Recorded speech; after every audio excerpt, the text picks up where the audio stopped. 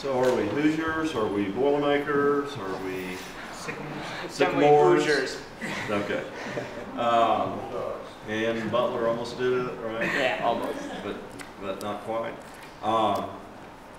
Been here before, so we're going to get right to it. I expect this to be a lively exchange and a lively discussion.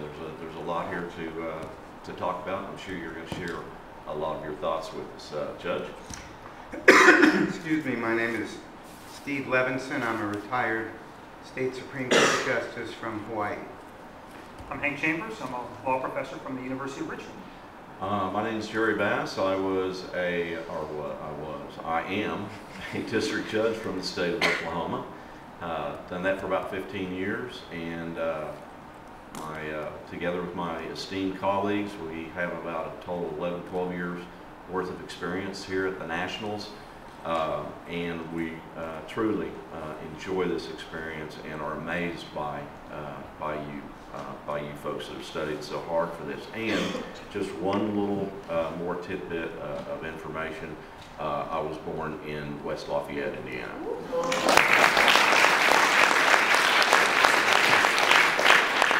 Machine points. You see that every story. Please introduce yourselves. Hello, my name is Thomas Bergwald. I'm Neil Condamone. My name is Christina Bonini. My name is Nicholas Estes. Our instructor, Mr. Michael Gordon, is back there. Oh, okay. We are Unit 5, representing Team Indiana. We are ready to testify. Okay. Unit 5? I thought this was 3. We get that. Okay, you're supposed to laugh at the We joke. get that. Okay. All right. I've used that all day today.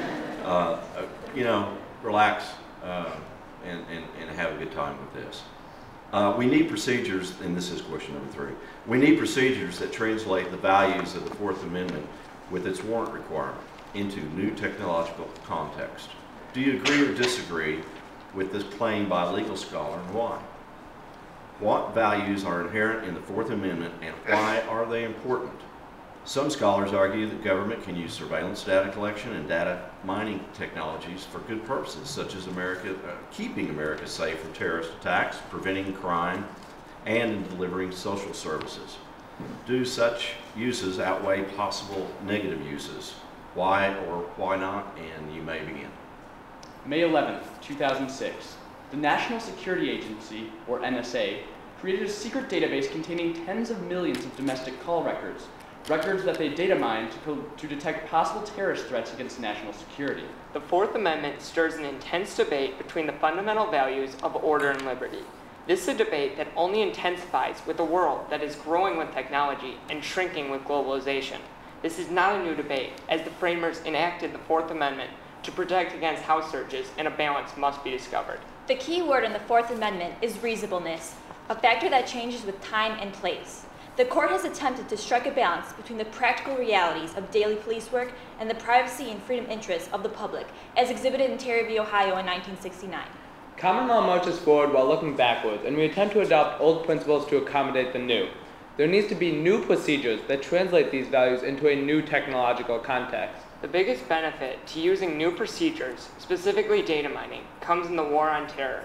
As Jack Balkin, Yale professor, stated, criminal organizations and terrorist groups use many of the same information and surveillance technologies that governments and businesses do. Balkin seems to be implying that if we were not to keep up with technology, we quickly fall behind terrorist groups, hackers, and a new breed of criminals who perform a multitude of cyber attacks.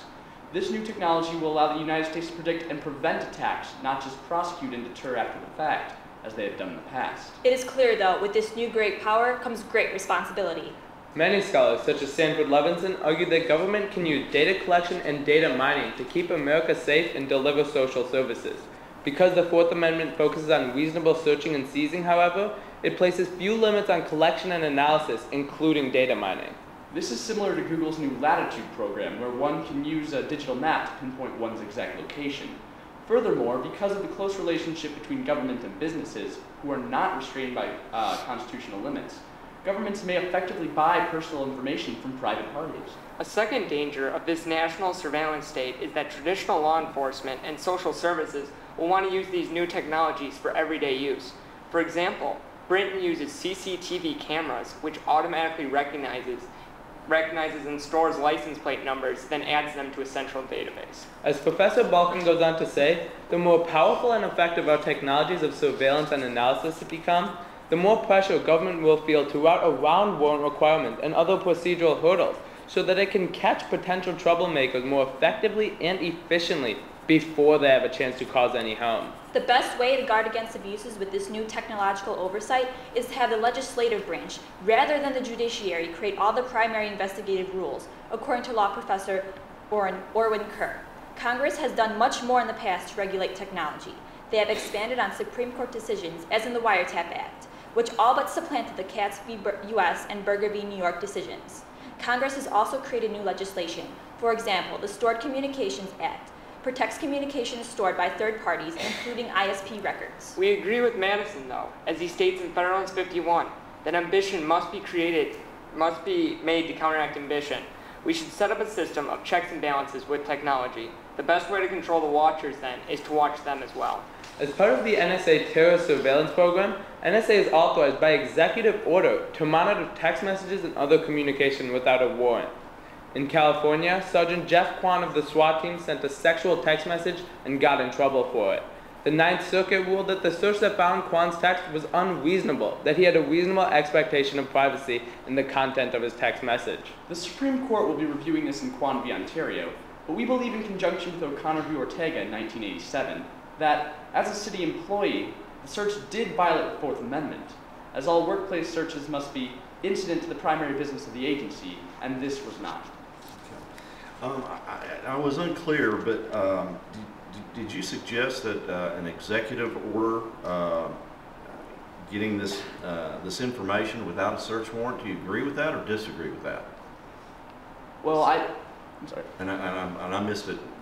Where are you going with that? Well, I think the executive order goes against the entire legislative supremacy that we think should be set up as far as the search and seizure restrictions are concerned.